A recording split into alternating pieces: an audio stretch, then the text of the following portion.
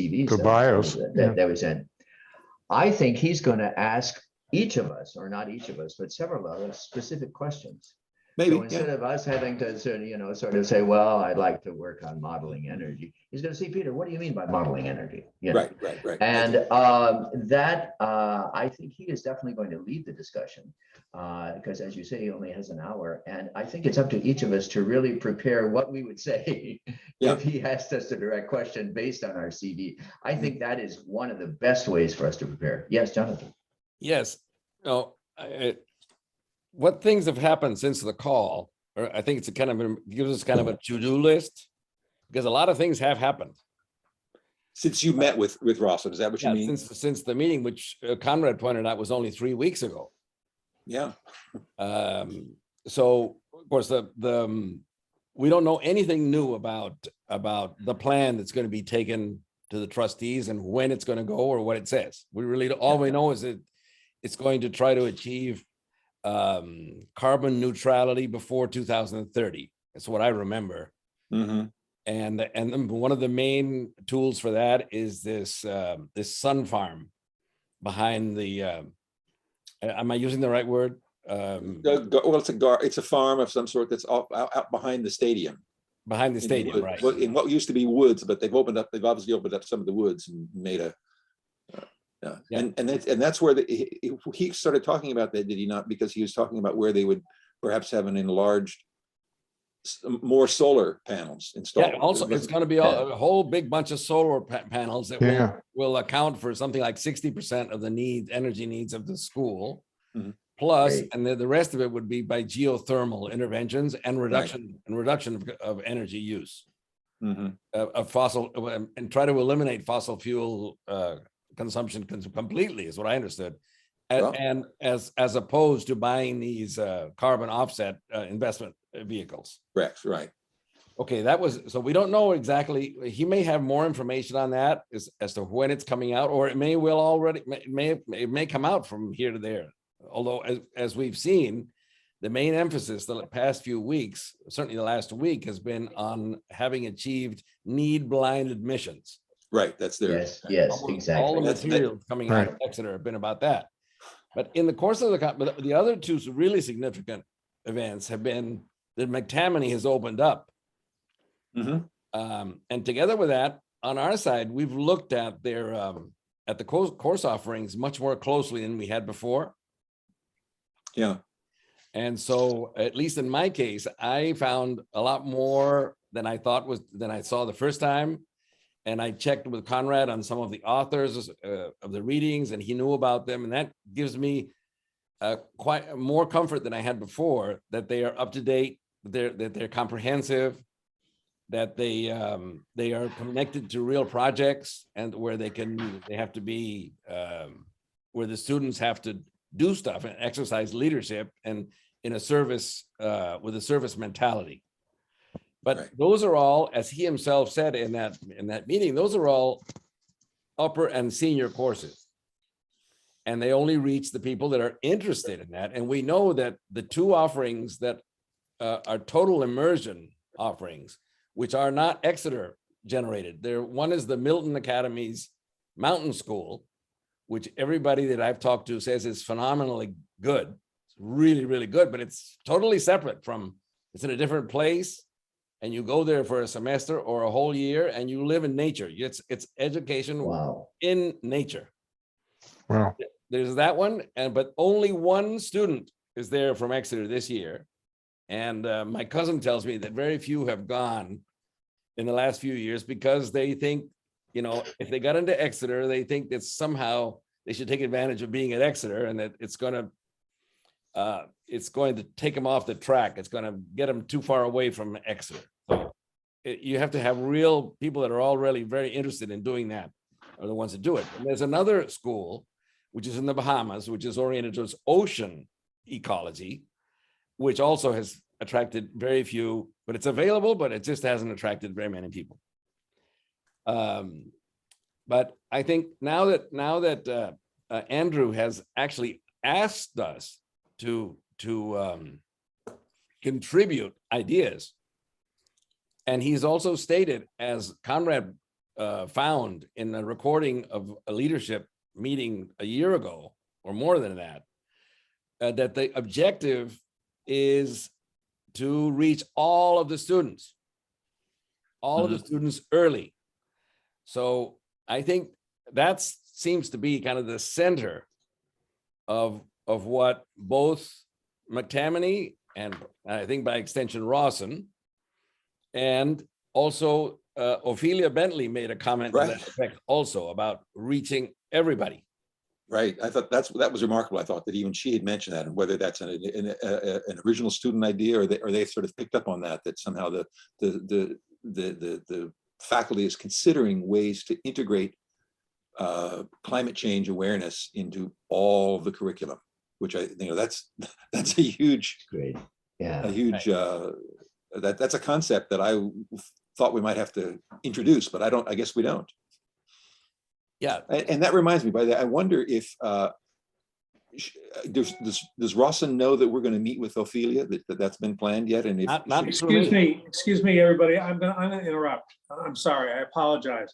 I'd like to make a couple of comments. First of all, I think we have to recognize that Bill Rawson is going to have a maximum of 1 hour. Yeah. He's probably going to get hustled off of a call 5 minutes to the end of the call. So my suggestion is, I think either John or Conrad should sort of be the leader of our group. And, when we all get on the call together, Conrad or John says, Principal Rawson, we are delighted to meet with you. We know we don't have a lot of time. We know that you have a lot of things that, are sort of bubbling up. We want to hear about them. So we would like you to, take as much time as you want to explain to us, the news that you have, including when you think some of this might be public. And then, based on what he has to say, then we can kind of like jump in.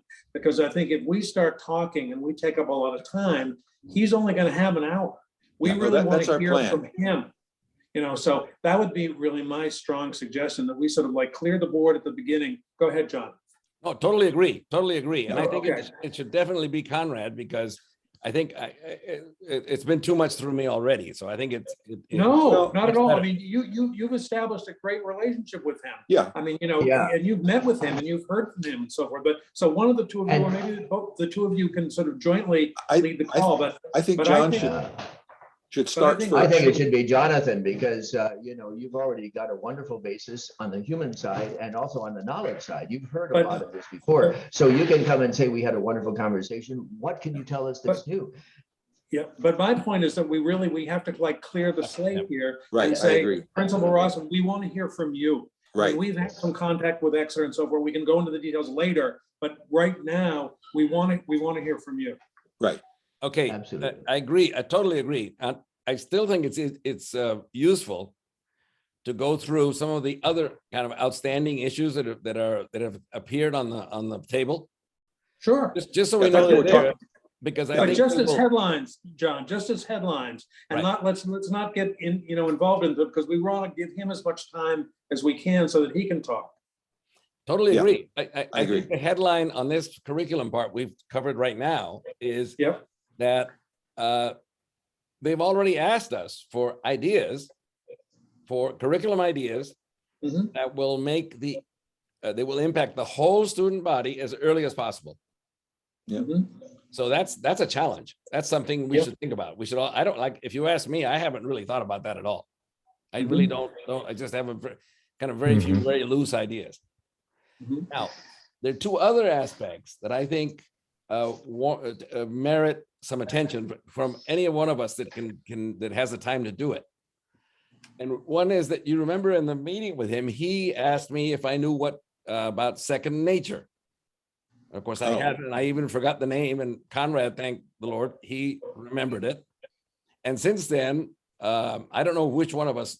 I think only Conrad knows much about second nature, but maybe that's not true. But it's something Yeah, we I mean, definitely look at, because it's obviously a very robust, very. It's got a lot of money, and it's got a whole bunch of kind of pioneer universities that are working on that on 3 different platforms. And I know they've been trying to attract independent schools. And I know that I understood that Exeter was considering it, but was afraid that it would make them look like they were showing off and they were trying to get so on and so forth. So, but I think that's one aspect that we should kind of look at, evaluate, because it's got a whole bunch of work already done to try to push universities in the direction of taking a climate disruption as the center of its academic life. Just Very little back- notable, for instance, if you saw the recent Yale announcement about their strategy, when you go look at Second Nature, you find out Yale is not included in any of the three platforms. They're considered laggards compared to the pioneers. So Well, they always have been.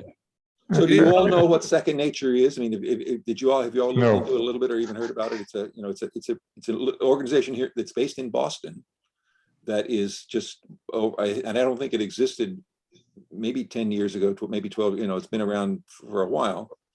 And it's just, they've formulated a kind of a pledge that's when a school decides to join a college or university, now it's only for colleges and universities, when they decide to join Second Nature, they're pledging to meet certain criteria. That's really what it is. And so yeah, I mean, anyway, we don't need to, you can all just go to their website and start looking around. But it's been, it represents a collective response by educational institutions to figure out what to do. So I would ask you, Conrad, have you developed an opinion already as to how useful it can be for our purposes here, or whether it fits or doesn't fit? Well, I think it ultimately depends on how interested Exeter is in wanting that to happen, and the fact that I think Andrew was, when I met with Andrew and Warren at that first meeting up in Andrew's, they mentioned that that's something that they were exploring with there's a group that calls themselves the 8 schools, and it's 8 prep schools. It's Andover and Exeter and Choate, and I don't know, you can figure out what the top 8 would be, and they sort of operate. They talk to each other frequently, and I guess they collectively have also all been individually or collectively has been in touch with Second Nature to understand how Second Nature could either form an adjunct relationship or some way to build on so that prep schools could also join. And one of the things they're interestingly is schools that have property, have land that's and so and Exeter certainly I think is would be high on that list of a school that has a lot of property, for whatever that's worth. Right. So okay, that's about it. The other one I wanted to mention is that in the conversation with Rawson, he asked and recommended this book, which I now have, Managing Without Growth, which he thought was extremely useful as a way of thinking about this whole problem. And that to me indicates that he is probably in agreement with us in that you can't just address the issue by efficiencies and changing different energy sources, but that you have to have a radical change in the way you conceive of growth. Right. So I think that's very encouraging. But Yeah, now I started looking through this. This is pretty hard work. But I'm going to try and do my best. But those of you that are more economists than I am might be interested in working on this. Yeah. Is it available, Jonathan, on Amazon, or where did you get it? Yes. Second edition. It is, I think it took me a while to get here. I don't think it's not one of the fast ones. It took about 10 days to get here. But I'm going to try and just get some notes out, and maybe I'll send you some and see what things come into your mind, because there's a whole school, as you know, for at least the last 20 years of people since the Limits of Growth Club of Rome that have been working on this and among economists. Right. So what's the title again, Jonathan? Managing without growth. Managing without growth. Thanks. Yeah, I mean, Yeah. so anything that explores the notion of stepping away from a focus on growth for how we work is really an important first step along the path of thinking differently and recognizing that growth is central to the problem that has contributed to creating the problem in a way that. Yeah, the subtitle says even more than the title. It says slower by design, not disaster. Right. It's also a huge threat, of course. Yes. Yeah. Huge threat to the established ways of doing. It certainly is. I mean, there's going to be massive resistance to that way of thinking. Right. I mean, Can I get there back are- to the meeting? Can I get back to the meeting Sure. for a minute? Because I really think we need to take advantage of this 1 hour that we're gonna have with Bill Rawson. I think if we can allow him to start speaking as soon as possible in the meeting, and we listen to what he has to say, and I think we should each be listening very carefully while he's speaking about how can we continue the conversation by offering to be involved with some of the things that he will be explaining to us. If he starts talking about trustee committees that are working on, Exeter's investments, can we be in touch with any of the trustee committees to work with them? If he starts speaking about the curriculum, and obviously John and Conrad have already had contacts with Andrew McTammany and so forth. So we've done work there. We'd like to be able to follow. We've already, been in touch with them. We'd like to be able to follow up with them. If there are things to do with the physical plan, which is the third area that we know he's already mentioned to John Coles, then how can we work with, whoever is available at Exeter? John, also has been in touch with Ophelia. We can say we've been in touch with, students up there. We would like to be able to meet with student groups, at their invitation, of course, but we'd like to be able to do that. So I think we would like, once Rawson has had his say, I think then it's a good time for us to join in and say, those sound like great ideas. We would like to be involved. Can we be involved? We want to be involved. How do you, Bill Rawson, suggest that we be involved with the various people in the Exeter, groups so that we can contribute and we can work with this. So that way we're kind of like integrating ourselves into the plan that he has just explained to us. So that I think would be a very important part of this meeting. Right. Totally agree. Totally agree. Perfect. By the way, I received about 5 minutes ago or so a note from John Whitlock that he's gotten something has come up at work and so he can't join us. But I told him that we make a recording, and I guess, quit. I'll just observe that with respect to curriculum, the school, any school could go really deep on that. I mean, to the point where the math, problems are related to climate change issues. And, but English topics and so on and so forth, that's a huge task. But I think it would be really interesting if the Academy were willing to go in that direction. I mean, that means new textbooks, essentially. Sure. And the other thing is, I'll go back to the notion that maybe a series of presentations at a compulsory gathering, chapel, whatever, what we used to do at chapel, with bringing in a whole series of guest speakers would get people on the same page, especially if it were done every fall semester. Right. They're considering things like that already. I mean, from what I've heard from Andrews, they're looking at ways. Certainly, the idea of reaching as many students as possible means, if you just do coursework, unless it's totally integrated in every course, so if they can have an event that the entire school attends and has that helps address that challenge, and so they're thinking about that. Good. And we can mention that the theme for this time around would be the almost total failure of negotiations at Glasgow. So this is a hot topic, and I think the students would be really interested in hearing a series of experts talk about it. And I would just point out also that the sustainability coordinator before Andrew was Jason Bramiller, who was an English teacher. He was the head of the English department for the beginning of his 5 years. And my understanding is that he he focused on environmental themes in literature when he taught. That, I mean, he included that consciousness into everything that he was teaching. So it can be done, and the teachers have done that.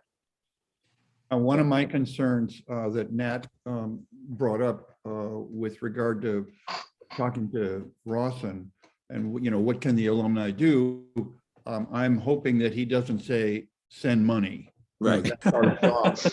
I mean, in other words, I think we have to have a response to that, which is to say, well, you know, we're kind of like the elders. Now, maybe this group, which is, you know, class of 64, is kind of elder, but, you know, we're going to try to get a whole bunch of other alumni from all the classes involved in this. And I'm wondering to what extent we can offer, I don't know, I want to say something like knowledge, wisdom, something that an alumni group has never been asked to participate in before. They basically, I think, we're asked for money, and perhaps we're asked for providing some sort of networking or possibly some minor mentorship kinds of things. But I think hiding under here is a kind of a new wave concept of what's the role of an active alumni in this organization.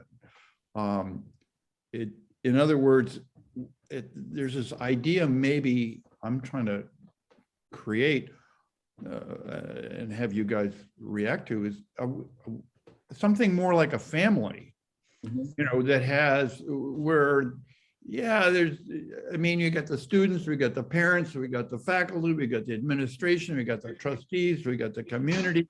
And then, of course, we've got the, let's call it the problem, which is far bigger than just something happening on the Exeter campus. So I'm just trying to, I think hiding in here is a new relationship with the alumni. Well, Joe, I think that's a good idea. And I think one of the things that we can offer, I mean, we know Ira Helfand, who was class of 1967 and is on the trustees, is the head of what the trustees are doing on climate change. At least that's my understanding, John. That's correct, right? Isn't that what he told you? That's correct. Okay. So we could offer to be in touch with Ira. I mean, if Bill Rawson goes along with this, we could offer to be in touch with Ira Helfand and say, well, look, Ira, here we are. You know, we're interested. We'd like to work with you on whatever things that the, you know, trustees are working on. Carl Goodwin has already, you know, expressed his idea of raising money for, you know, climate change related projects that could be used to fund, you know, student, you know, senior student projects, for instance. That's another possibility that involves raising money, but it's targeted toward this particular effort. So I think we could you know, do that as well. So I think that, you know, we certainly could offer to be involved with the various prongs of the climate change, you know, agenda that you know, Exeter is developing. You know, after we hear from Rawson what they are in more detail. I would also offer that a partial answer, if that question comes up, would be for us to tell him of the various foundations out there who support this work, and because they may not have explored that. And there are lots of them, like Jeremy Grantham's foundation, and he's the one who came out with that paper probably 8 years ago now about how we as a planet can't afford to expect 4 to 5% annual growth because it's not there. And he also has a big foundation that supports, it's Grantham Foundation for the Environment. And I think it helps to support WBUR and maybe GBH in Boston. And I know it has supported the organization that I used to work for. So, I mean, there's just one of many that will support educational activities. Good idea. I'd just like to add to one word that Joe Simon said, which really, you know, lit up in my brain. It was mentorship. and the concept of elders in a family. That is something that nobody else can do but us. And I think offering to be mentors, volunteering to be mentors, either of individuals or of the environmental clubs on campus would be, Joe, what are you doing with your fingers there? You're on mute, Joe. This is a universal symbol during Zoom or other kinds of Right. online things to say, I agree. Oh, Thank you. Yeah, good. Thank you. Without having to say something, you know. Right. It's exactly. better So, than clapping or yeah. something. Yeah. Yeah, we can all And- practice. We can learn that. Right. And Maybe the other thing that, and kind of old dogs. yeah, getting back to this, getting back to how we can best use this 1 hour of time is to keep reminding Rawson of the initials CAL, especially the leadership. In other words, we, in the very beginning, were thinking about developing students as future leaders. We were focused only on curriculum, mainly on the students, and therefore, by ricochet, on the teachers. But I've heard some things this morning that are really fabulous, you know, that the leadership that Exeter is taking in becoming energy independent with the geothermal and with the solar. The fact that along with 7 other schools, we may actually be collaborating with Second Nature. This is leadership and visibility for Exeter as an institution. And so we're really working at 2 levels here. And I think at some point that should be sort of made clear or taken separately so that we don't get all just focused on the coursework or the curriculum. mhm. I've been thinking about that and haven't come to any real conclusions about how do you get leadership among the student body involved in this? And I think maybe leadership emerges rather than, you know, I think it's very hard to teach leadership itself as a concept. But if, you know, youngsters really get involved in this work and get turned on by it, then leaders will emerge. That's my, maybe I'm wrong on that, but that's where my thinking is. That's the point it's gotten to.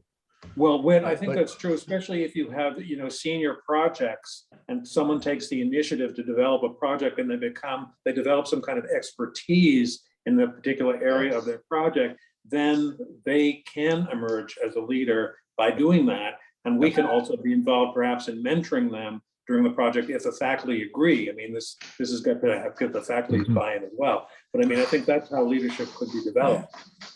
Yeah. Well, keep also in mind that we could encourage the structuring of some of these course materials or the curriculum around teams, small teams, rather than individuals. And as a concept there would have to be a leader for each of these little teams. And possibly the thing would be structured so that those leadership, let's call it requirements, would rotate among team members so that everyone got a chance to kind of run their little team on whatever this project you know, that they're working on. So it's not like what he was saying. I mean, you know, teaching leadership would be by giving people an opportunity to Be leaders. have it, To lead.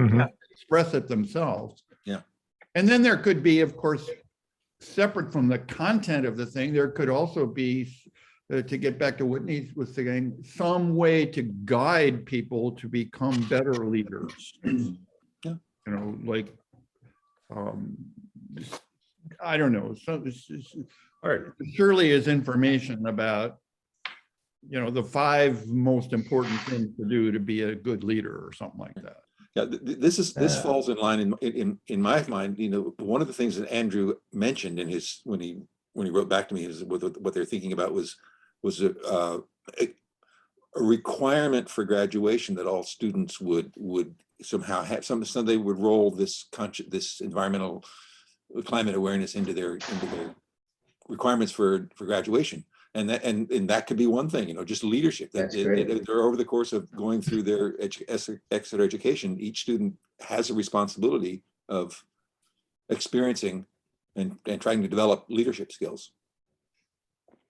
Well, I can't think of a school where the whole system, the Harkness method, is really, that's what it's the whole Right. point of it is leadership. It's a type of leadership that is collaborative, where it's the teacher, instead of being an authority figure, is a facilitator.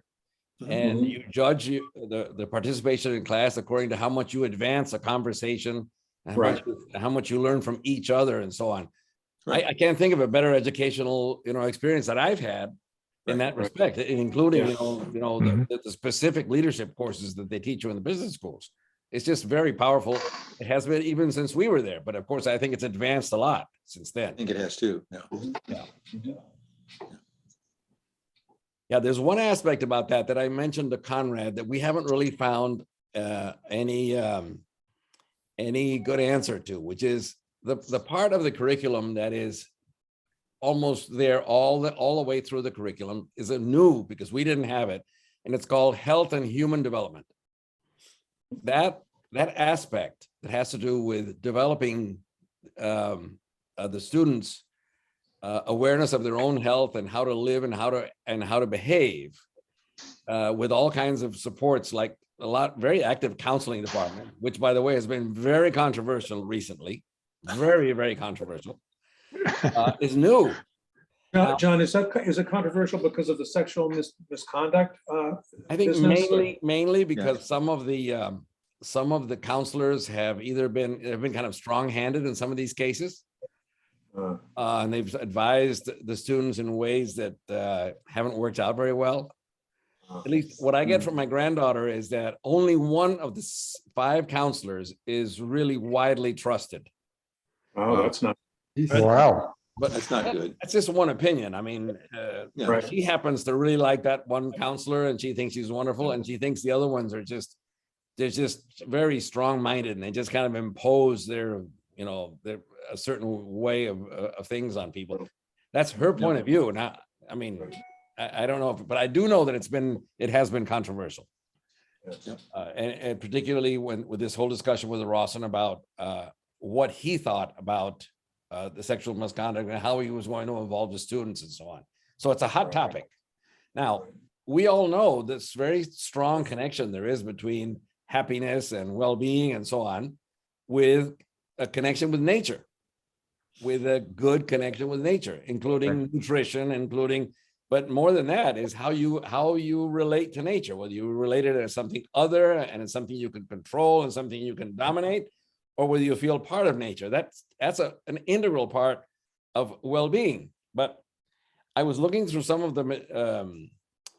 the academic stuff they're teaching on happiness, and particularly the Yale course, which is the science of well-being, and I wasn't able to find much there that makes that connection between health and relation with nature. Because if we could find that, I think that would be absolutely valuable, extremely, extremely valuable, because it would be present and it would be kind of the backdrop for a lot of what they're teaching right now in that aspect, which is with the students all the way through their 4 years. Well, there is a title, I don't know who's read it here, that's Nature Deficit Disorder. And it's been around for, that's probably 6 or 8 years old now, but it's a really interesting treatise on that topic. Is that a book, Whit? Yes, it's a book. Nature Deficit Disorder. Yes. So it's looked at as kind of as a pathological psychological syndrome. Right. How the way our cultures, modern cultures have evolved, we just have gotten more and more separated from, where our nutrition comes from, where clean air and water and all those things. Right. Yeah, and I just want to explain the background, even though I'm fuzzy, I think my garden is very clear. No, it's not. If I take off my glasses, I can see myself perfectly. Anyway, this is a gift of nature that I gave to my mother on her 100th birthday. Wow. I put it in myself. And she and I talk every morning at 10 o'clock. We have coffee together, and she sits on her back patio and looks at this in person. And I believe, and I gave it to her with exactly this health and longevity emphasis in mind. And it just brings her happiness. That's all there is to it. So that's just a footnote. But yeah, nature is extremely happy, and I make happiness bringing. And remember the survey we did about almost 10 or 15 years ago of happiness among the Exeter classmates, you know, and Terry Vogt and I sort of put that together. And this came out a lot, that people who take time off and go into nature or travel to other countries, you know, to explore the world are much happier. It was one of the significant variables. So yeah, we can bring this up and you know, add it to the mix. Yeah. Mm.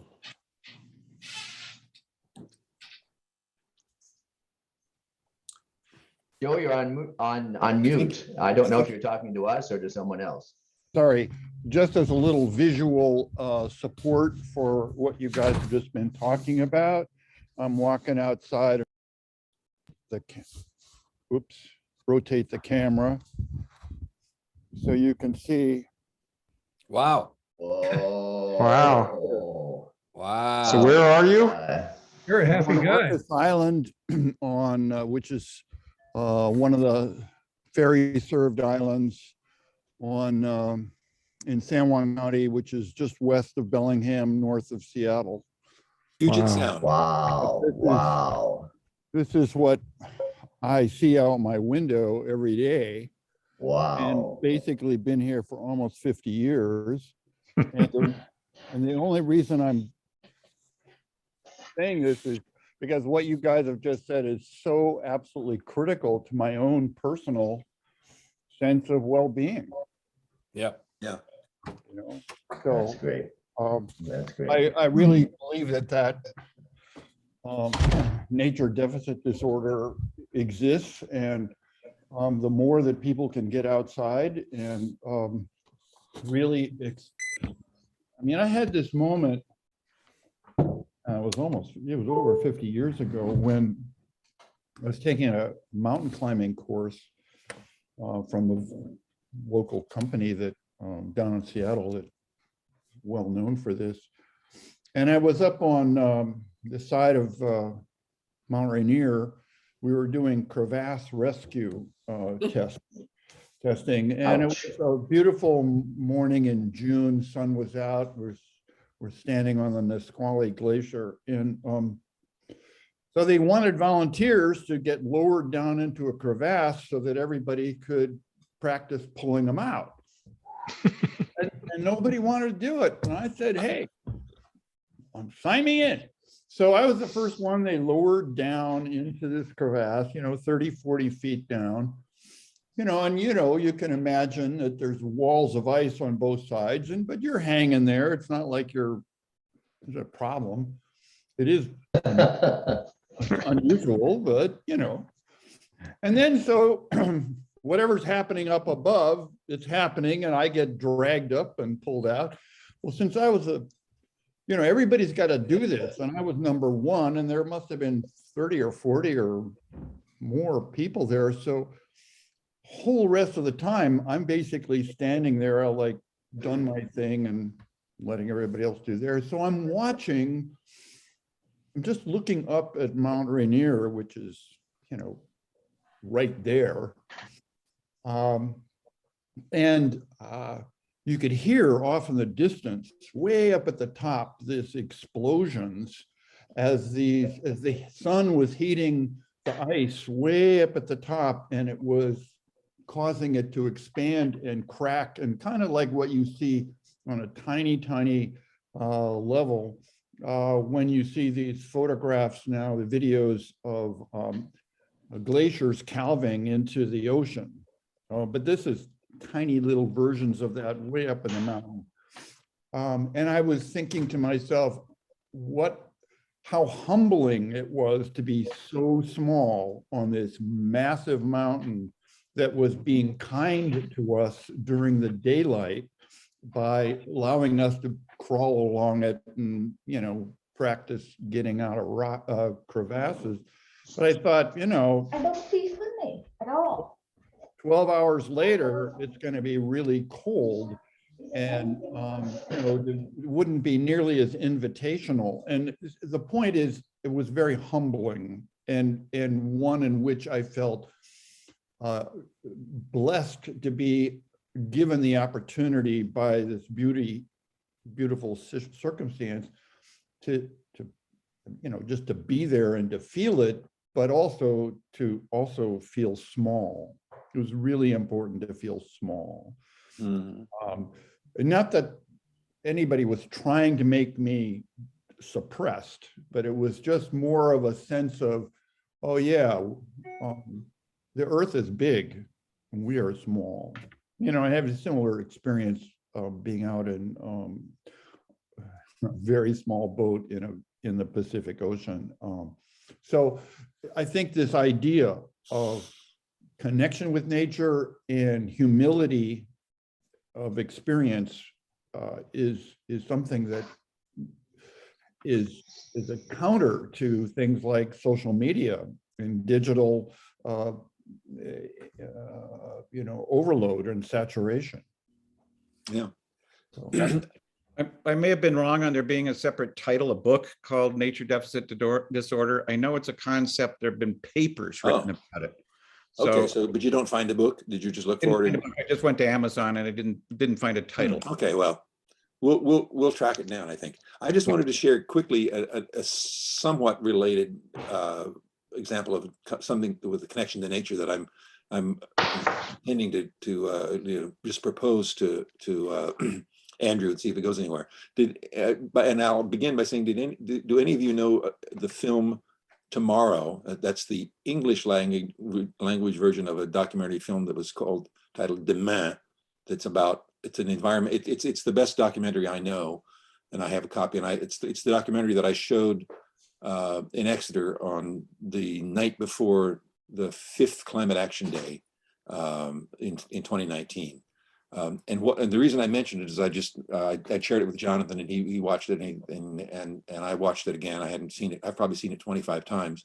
One of the things that is remarkable in there is they visit I won't go. They just visit a permaculture farm, a French couple running a permaculture farm in Normandy. I don't know if you know what permaculture is. It's a way of growing that is supposed to be, it replicates the way nature works, where, you know, you don't have a garden with everything planted in rows, and in nature, you know, all the things grow in the woods, and they grow, they thrive because they work together. And so it seems to me that one interesting idea would be for Exeter to commit to, in somewhere in their property, in this garden, maybe where the solar panel, to commit to developing a permaculture plot, which is something that would take 10 years or I mean, it would be, it's not just a short project. It's something that you develop, because eventually you're developing a place where things grow without much human support. They thrive naturally. And I think it would be a wonderful example of something that if they would, a big project, but it's, you know, it's and the student, and the other thing made me think about is that a talk that Jonathan referred to when Andrew was talking about for the leadership weekend, so there was a question they got from one of the alums who were watching that presentation about the garden, and what he said about the garden is that they have a garden, they've had it at Exeter for a while, and one of the problems is that, you know, a garden bears fruit in the summertime when students aren't there. So it's the garden that they have, it doesn't serve the interests of any sort of educational thing. But I think a permaculture plot that could be worked on any time and grow, you know, it's just something that was there that students could participate in understanding what it is and learn about it in a way and there's sort of nothing comparable. So anyway, I'm planning to see if Andrew has any interest in that.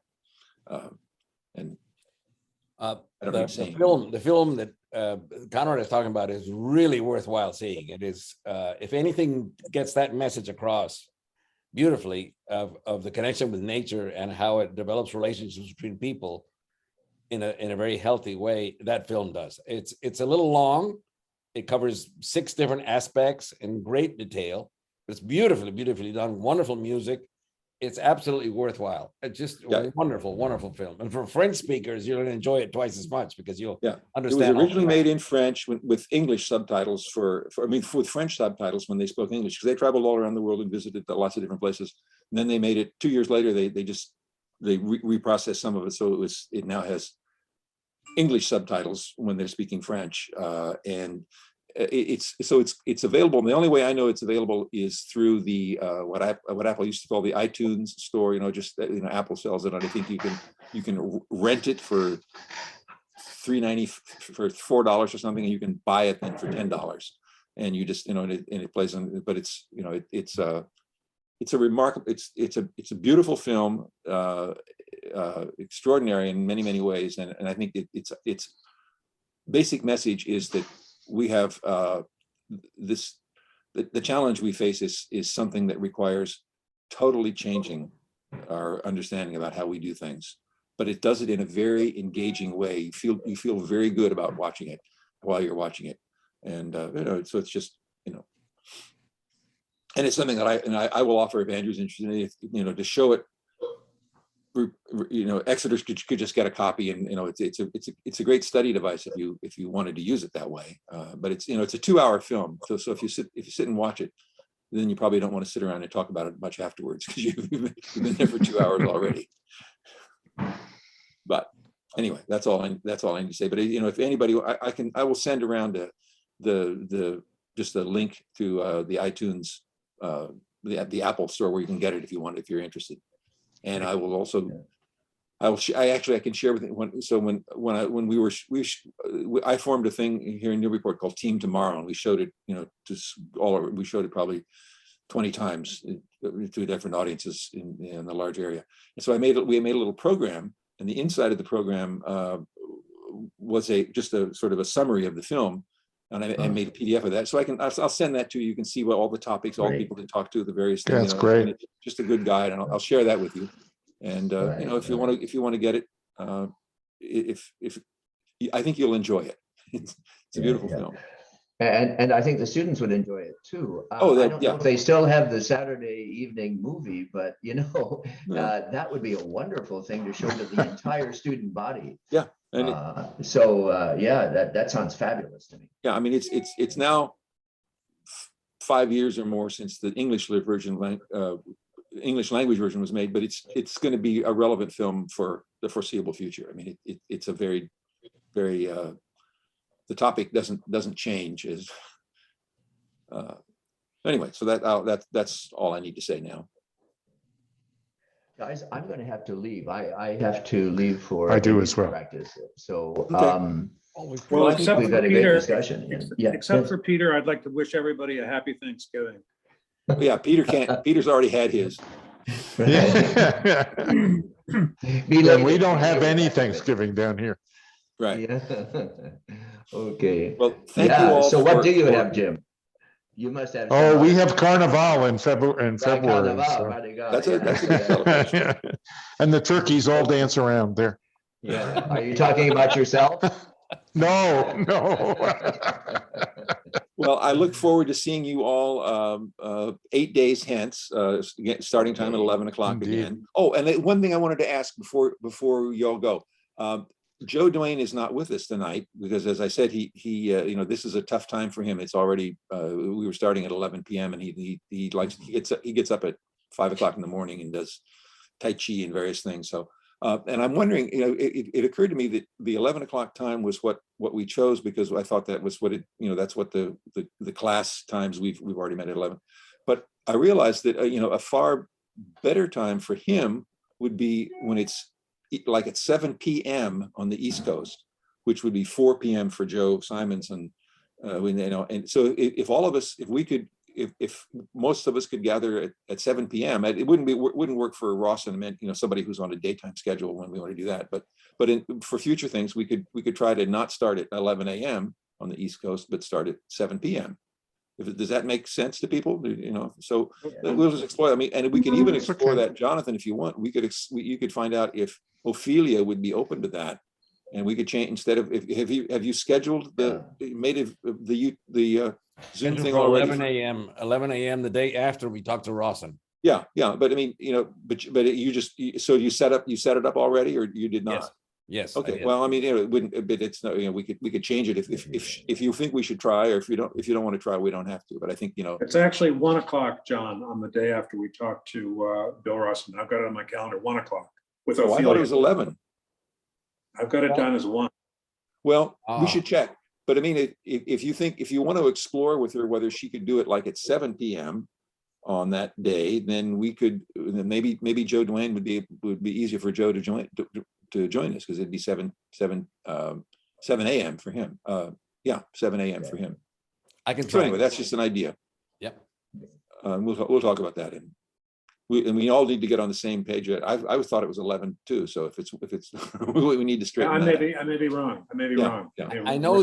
I know that between Ophelia and me, it's been stated as 11 a.m., but maybe I set up the Okay. meeting wrong. So I may have done it wrong. I gotta go check. Okay, well, we'll get clear on that. But the first thing is, we'll see you all again for the first time, I guess, 8 days from now. Right. Perfect. The Thanks very 30th much of, for setting it up. Happy Thanksgiving, everybody. Thanks, everybody. Happy Happy Thanksgiving. Thanksgiving. Thanksgiving, all of you. Okay. yeah, same to you. Okay. bye Good, for take now. care. Great, take care.